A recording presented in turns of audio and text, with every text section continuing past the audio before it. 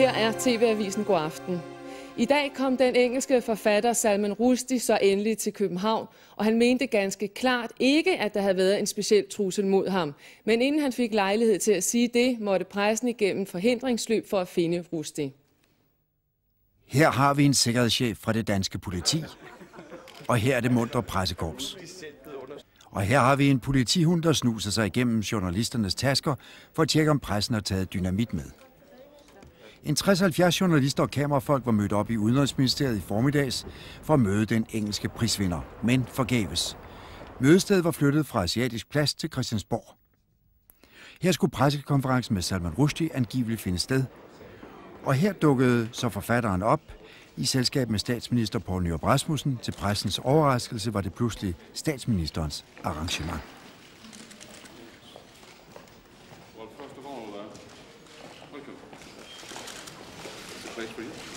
May I, on behalf of the Danish government, and not least on behalf of the Danish Prime Minister, say to you heartily welcome here in Copenhagen.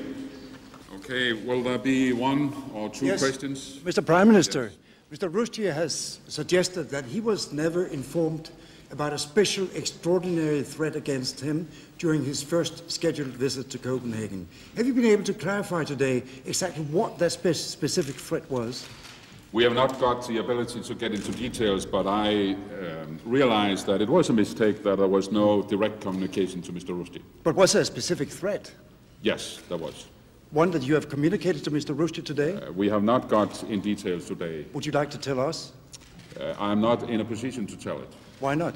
Because I have to take care of the whole situation. I think probably the only area of difference between the Prime Minister and me is that I am not convinced, and my information from the other side of the water does not lead me to believe in the existence of any specific threat in Copenhagen today or tomorrow. I would only underline that I did not feel that I could set this information equally not understood or respected, because the whole situation was not only a question of Mr. Rushdie, but people around Mr. Rushdie in this ceremony.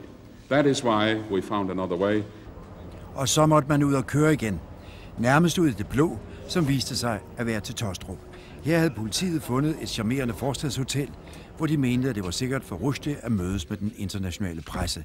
Og den ville gerne høre nærmere om Rushdies oplevelse af den påståede trussel mod sig.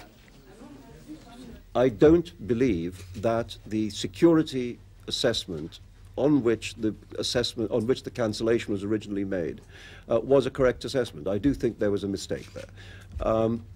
And the rest of it is procedural and has been apologized for and so on. But it's important for me, if only because the facts are the facts.